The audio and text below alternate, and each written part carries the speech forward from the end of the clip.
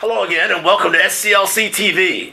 I'm Maynard Eaton, your host, and of course our president and CEO, Dr. Charles Steele Jr. As many of you have heard, it was a graduation gift heard around the world. Dr. Steele, Robert F. Smith, a black billionaire, had tears coming from the students of Morehouse College 2019 graduation class by saying he'll take care of all their debt. Never done before. What does that say to you? Maynard, that was great. We commend him. Kudos all goes out to him. We're just elated over the fact that we have an African American in that particular station of life that can afford that type of hands up and to look down, to bring others to where he is in terms of the imagery. He challenged him. He gave him a charge. Yes. He said, now you have to do it at the next level. Bring it forward. Bringing it forward. That's where we're missing the boat in terms of a country as well as a race of people.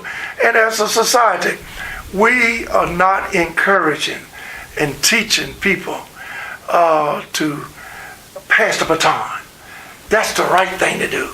Many times, envy and jealousy, greed, we need to eradicate that from society, and particularly from the individualistic of the human being.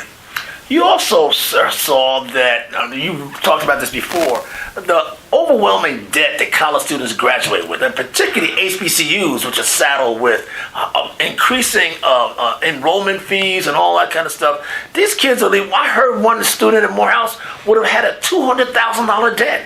It's not unheard of. It's not unrealistic, Maynard. The fact being, it goes back to economics. Let's just tell it like it is. We were brought here slaves. We built this country. Everybody got a piece of the rock but African Americans. We have not had any form of reparation. I'm not talking about give us a bucket of money, not a bucket of automobiles, materialistic things. I'm talking about make the playing field level. Make it even. People are talking about socialism now. We don't need no socialism. We need some ism, but it's financial.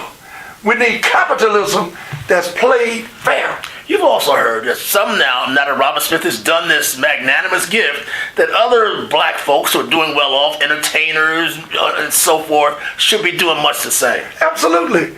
You agree? More should be doing this. Of course. We don't have it given to SCLC. SCLC is the reason African Americans, people of color, and others can participate in the so-called melting pot or the dream of America. And the black wealth owning a home. It was a conspiracy among poor people, and particularly disenfranchised people, including African Americans and others, in terms of the housing prices. Nobody went to jail. We talked about that. It's a conspiracy to keep you down.